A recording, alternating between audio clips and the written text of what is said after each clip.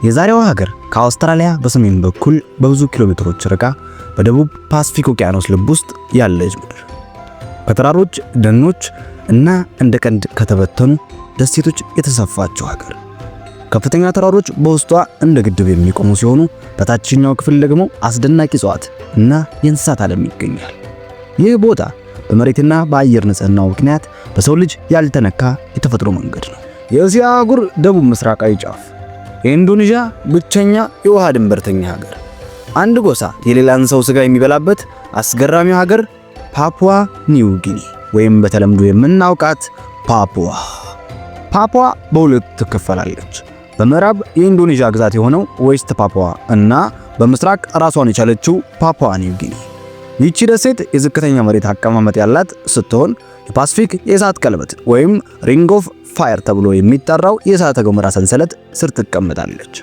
እንደ ራባውል ያሉ ከተሞች በንቁ እሳተ ገሞራዎች ጥላ ስር አመድ እንደ በረዶ የሚዘንብበት ቦታዎች ይኖራሉ።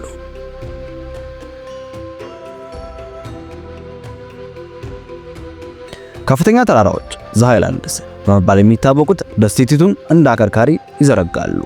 እነዚህ ተራራዎች በጣም ግዙፍና መተላለፊያ የሌላቸው ከመሆናቸው የተነሳ በሰሜን የባህር ዳርቻ የሚኖሩ ሰዎች በደቡብ ከሚኖሩት ጋር ለዘመናት ምንም ግንኙነት አልነበራቸውም።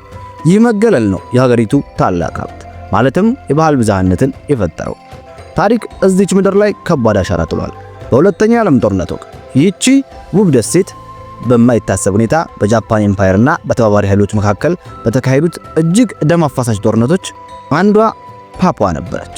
ኮኮዳ ትሬል ይህ በጫካ የተሸፈነ በጭቃ የተሞላ በሽታ የሚፈራረቅበት ጠባብ መንገድ የአውስትራሊያ ወታደሮች የጃፓንን ግስጋሴ ያስቆሙበት ታሪካዊ ስፍራ ነበር።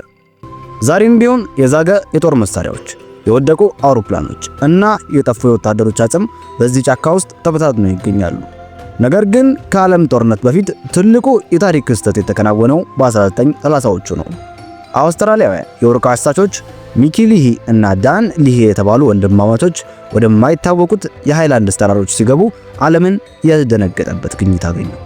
እነዚህ አሳቾች ከዚህ በፊት ከውጭ ዓለም ጋር ምንም አይነት ግንኙነት ያልነበራቸው በድንጋይ ዘመን ይኖሩ የነበሩ ከ1 ሚሊዮን በላይ ሰዎችን አገኙ። ይህ የመጀመሪያ ግንኙነት ነበር። ለጎሳዎቹ ሊሂ ወንድማማቾቹ ከሰማይ የወረዱ መናፍስት ወይም ከሞት የተነሱ ቅድመ አያቶቻቸው ነበሩ። ለመጀመሪያ ጊዜ ባሩድ ሲፈነዳ፣ ክብሪት ሲበራ ወይም ነጭ ሰው ሲያዩ የነበራቸው ድንጋጤ መገመት ይከብዳል። ይህ ግኝት ፓፑዋ ኒው ጊኒ የጠፋች ዓለም እንዳልሆነች ነገር ግን በራሷ ጊዜ በራሷ ሕግ የምትኖር ሕያው ዓለም እንደነበረች አረጋገጠ።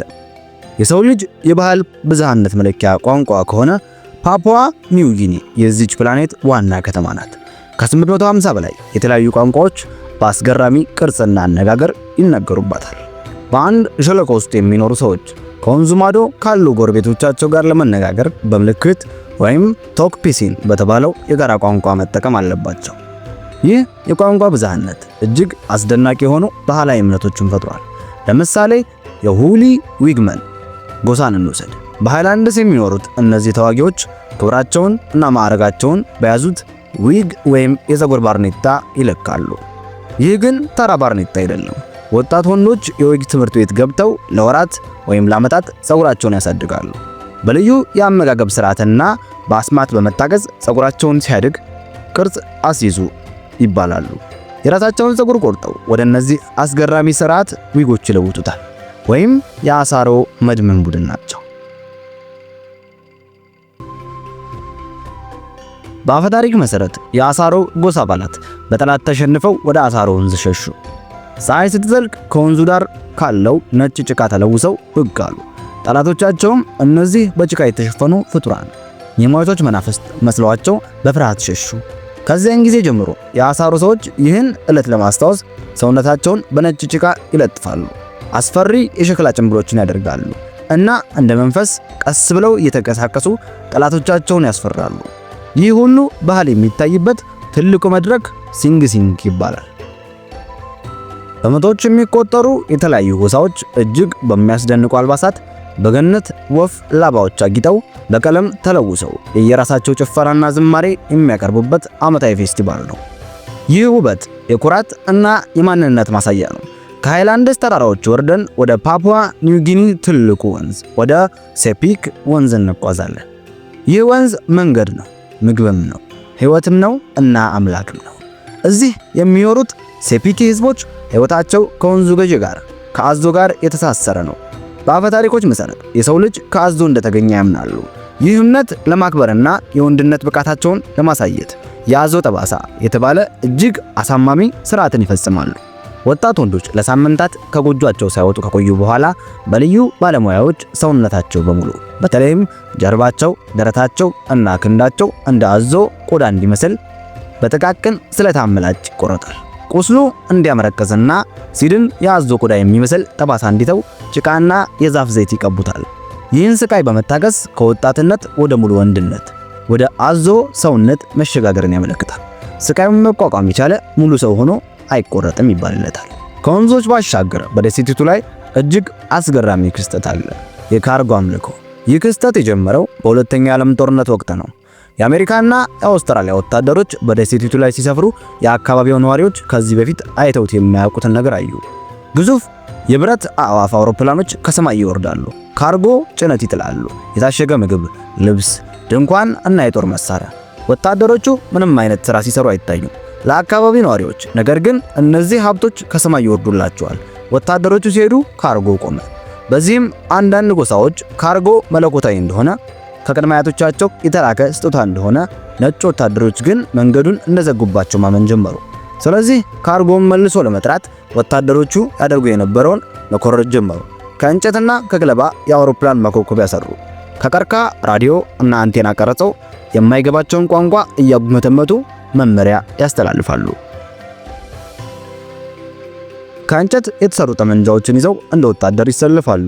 ይህ ሁሉ አውሮፕላኖቹ እንዲመለሱና መለኮታዊውን ካርጎ እንዲያመጡላቸው የሚደረግ ሃይማኖታዊ ሥርዓት ሆነ። ይህ የባህል ግጭት ምን ያህል ጥልቅ እንደሆነ የሚያሳይ አስገራሚ ምሳሌ ነው። የፓፑዋ ኒው ጊኒ ጫካዎች በምድር ላይ ካሉት እጅግ አስደናቂ የብዝሃ ሕይወት መገኛዎች ናቸው። ከ40 በላይ አስገራሚ ወፍ ዝርያዎች እዚህ ይገኛሉ። ወንዶቹ ሴትን ለመሳብ የሚያደርጉት አስገራሚ ጭፈራና ያላቸው የቀለም ውበት ከተፈጥሮ ታላላቅ ትዕይንቶች አንዱ ነው። ግን እዚህ ጫካ ውስጥ ውበት አደገኛ ሊሆን ይችላል። በእርግጥም በዓለማችን ላይ ካሉ እጅግ አደገኛ ወፎች አንዱ እዚህ ይገኛል፣ ካሱዋሪ። ይህ ትልቅ በረራ አልባ ወፍ በእግሩ ላይ ባለ 5 ኢንች ርዝመት ያለው እንደ ጩቤ የሰላ ጥፍር አለው። ከተበሳጨ ሰውን በቀላሉ ሊገድል ይችላል። ጫካውን የበለጠ ስውርና አስገራሚ አደጋን ይደብቃል። በ1989 ከቺካጎ ዩኒቨርሲቲ የመጣው ሳይንቲስት ጃክ ዱምባከር ወፎችን ለመመደብ በተዘረጋ መረብ ውስጥ ደማቅ ብርቱካናማና ጥቁር ላባ ያላት ወፍን ያዘ። ሁድድ ፒቶይ ትባላለች። ወፏ ዱምባከርን በእጁ ላይ ቧጨረችው። እሱም እንደ ማንኛውም ሰው የቆሰለው ጣቱን አፉ ውስጥ ከተተ። ወዲያው ከንፈሩና ምላሱ ላይ ከፍተኛ የመደንዘዝና የማቃጠል ስሜት ተሰማው። ዱምባከር የወፏን ላባ ወደ ላቦራቶሪ ላከ። ውጤቱ የባዮሎጂውን ዓለም አስደነገጠ። እውነትም ፒቶይ በዓለም የመጀመሪያዋ መርዛማ ወፍ ሆና ተገኘች። በላባዎቿ እና በቆዳዎቿ ውስጥ ባታንትሮይክ የተባለ እጅግ ኃይለኛ የኒውሮቶክሲን የነርቭ መርዝ አለ። ይህ መርዝ በደቡብ አሜሪካ ከሚገኙት ገዳይ መርዘኛ ዳሪት የተባሉ እንቁራሪቶች ውስጥ ከሚገኘው መርዝ ጋር አንድ አይነት ነው። ይህ መርዝ የነርቭ ሴሎችን የሶዲየም ቻናሎችን እንዲዘጉ በማድረግ የጡንቻ መኮማተርን ያቆማል። ይህም ወደ ልብ ድካምና ሞት ይመራል። በጣም የሚገርመው የአካባቢው ጎሳዎች ይህን ከሳይንስ በፊት ያውቁ ነበር። ፒቶይን ቆሻሻ ወፍ ብለው ይጠራታል። ምክንያቱም መርዟ ስጋዋን መጥፎ ጣዕም እንዲኖረው ስለሚያደርግ ለመበላት እንደማትችል ከጥንት ጀምሮ ያውቁ ነበር። ከፓፑዋ ኒው ጊኒ አስገራሚ ታሪኮች ሁሉ ምናልባት እጅግ አስደንጋጩ፣ አሳዛኙ እና በሳይንስ ደረጃ ትልቅ ግኝት ያስገኘው ከፎሬ ህዝቦች ጋር የተያያዘው ነው። በ1950ዎቹ በምስራቅ ሃይላንድስ ገለልተኛ አካባቢ በፎሬ ህዝቦች ዘንድ በተለይም በሴቶችና በህፃናት ላይ አንድ ሚስጥራዊና አስፈሪ በሽታ ተስፋፋ። ኩሩ ብለው ጠሩት። በቋንቋቸው መንቀጥቀጥ ወይም መፍራት ማለት ነው። በሽታው የሚጀምረው በመራመድ መቸገር፣ በእጅ መንቀጥቀጥ፣ ቀስ በቀስ ተጠቂዎቹ ሰውነታቸውን መቆጣጠር ያቅታቸዋል፣ መናገር ይሳናቸዋል፣ መብላት አይችሉም። በአሳዛኝ ሁኔታ የበሽታው የመጨረሻ ደረጃዎች ላይ የመሳቅ በሽታ ላፊንግ ሲክነስ ተብሎ በሚታወቀው ሁኔታ ያልፋሉ። ይህ ስሜታዊ መለዋወጥ ምክንያት የመጣ ከቁጥጥር ውጭ የሆነ አስፈሪ ሳቅ ነው። በመጨረሻም ሁሉም ተጠቂዎች ይሞታሉ። የፎሬ ህዝቦች ታሪክ በዚያ ያበቃ። ታሪካቸው ረጅምና አስገራሚ ነው። ከሁሉም ታሪካቸው ይበልጥ በዓለም ላይ ታዋቂ የሆነላቸው እጅግ ዘግናኝ ነው የተባለው ታሪካቸው ይህ ነበር። በሰዓቱ ለሟች ያላቸው ክብርና ፍቅር የሚገልጹበት የቀብር ስነ ስርዓት ነበራቸው። ስርዓታዊ ሰው መብላት። ይህ የጠላትነት ወይም የረሃብ ተግባር አልነበረም። ለፎሬ ህዝቦች ይህ ጥልቅ የሐዘን መግለጫ ነበር። አንድ ሰው ሲሞት የሟች ዘመዶች በተለይም ሴቶቹ የሟቹን መንፈስ ከሕያዋን ጋር ለማዋሃድ የሟቹን ሰውነት በተለይም አንጎሉን ይመገቡ ነበር። በአውስትራሊያ የአስተዳደር ግፊት ይህ ልማድ በ1960ዎቹ ቆመ። ልማዱ እንደቆመ ኩሩ በሽታም ቀስ በቀስ ጠፋ። ነገር ግን የኩሩ ፕራውን በሰውነት ውስጥ እስከ 50 ዓመት ሊቆይ ስለሚችል የመጨረሻውን የኩሩ ተጠቂ የሞተው በ2000 አጋማሽ ላይ እንደነበር ይታወቃል። የኩሩ ታሪክ የባህል፣ የበሽታ እና የሳይንስ አስገራሚ መስተጋብር ነው። የፓፑዋ ኒው ጊኒ ጥልቀት ምን ያህል ውስብስብ እንደሆነ የሚያሳይ አሳዛኝ ምሳሌ። ዛሬ ፓፑዋ ኒው ጊኒ በመስቀለኛ መንገድ ላይ ትገኛለች። የጥንት ባህሎቿ ከ21ኛው ክፍለ ዘመን ጋር ለውጥ እየተጋጩ ነው። በዋና ከተማዋ ፖርት ሞርስቢ የሚያብረቀርቁ የመስታወት ህንፃዎች በድሆች ሰፈር ተከበው ይታያሉ። ሀገሪቱ በተፈጥሮ ሀብት በደን የተሸፈነች፣ የተፈጥሮ ጋዝ፣ ወርቅ፣ መዳብ እጅግ ባለጸጋ የሆነች፣ እንደ ቶክ ኪዶ ያሉ ግዙፍ የማዕድን ማውጫዎች ለሀገሪቱ ገቢ ያስገኛሉ። ከፓፑዋ የጠለሸና ጥቁር የጫካ ታሪክ ወጥተን ወደ ከተማዋ ስንጓዝ ዋና ከተማዋን ፖርት ሞርስቢ እናገኛለን። ሞርስቢ በአካባቢው አጠራር ፖም ትባላለች። የሀገሪቱ የልብ ምት ናት። ይህች ከተማ የእድገትና የውዝግብ ማዕከል ናት። በአንድ በኩል አዳዲስ የንግድ ማዕከሎችና ሆቴሎች፣ በሌላ በኩል ደግሞ ከገጠር ወደ ከተማ በሚደረግ ከፍተኛ ፍልሰት የተፈጠሩ ሰፊ የቆርቆሮ ሰፈሮች። እዚህ ህይወት ፈጣን ነው። ዋንቶክ የሚባለው ጠንካራ ማህበራዊ ትስስር ስርዓት ያለው በአንድ ቋንቋ ተናጋሪዎች መካከል ያለ መስተጋብር አለ። እንደ ማህበራዊ ድጋፍም በዘመናዊ ኢኮኖሚ ውስጥም እንደ ጫናም ያገለግላል። ድህነት አሁንም ትልቅ ፈተና ቢሆንም ፖም እያደገች ያለች ወጣትና ጉልበት ያላት ከተማ ናት። አዲሱ ትውልድ በቴክኖሎጂና በትምህርት አማካኝነት ራሱን መንገድ እየቀየሰለት ይገኛል። የፓፑዋ ኒው ጊኒ ዘመናዊ ኢኮኖሚ በዋናነት በተፈጥሮ ሀብት ላይ የተመሰረተ ነው። በተለይም ፈሳሽ የተፈጥሮ ጋዝ፣ ወርቅ እና መዳብ የዚች ሀገር የሀብት ፍሰት ለሀገሪቱ ትልቅ የገቢ ምንጭ ነው። በእርግጥም ፓፑዋ ኒው ጊኒ ቀላል ምድር አይደለች። እሷ ድንቅ የሆነች የሰው ልጅ የብዝሃነት የመጨረሻ ምሽግ ናት።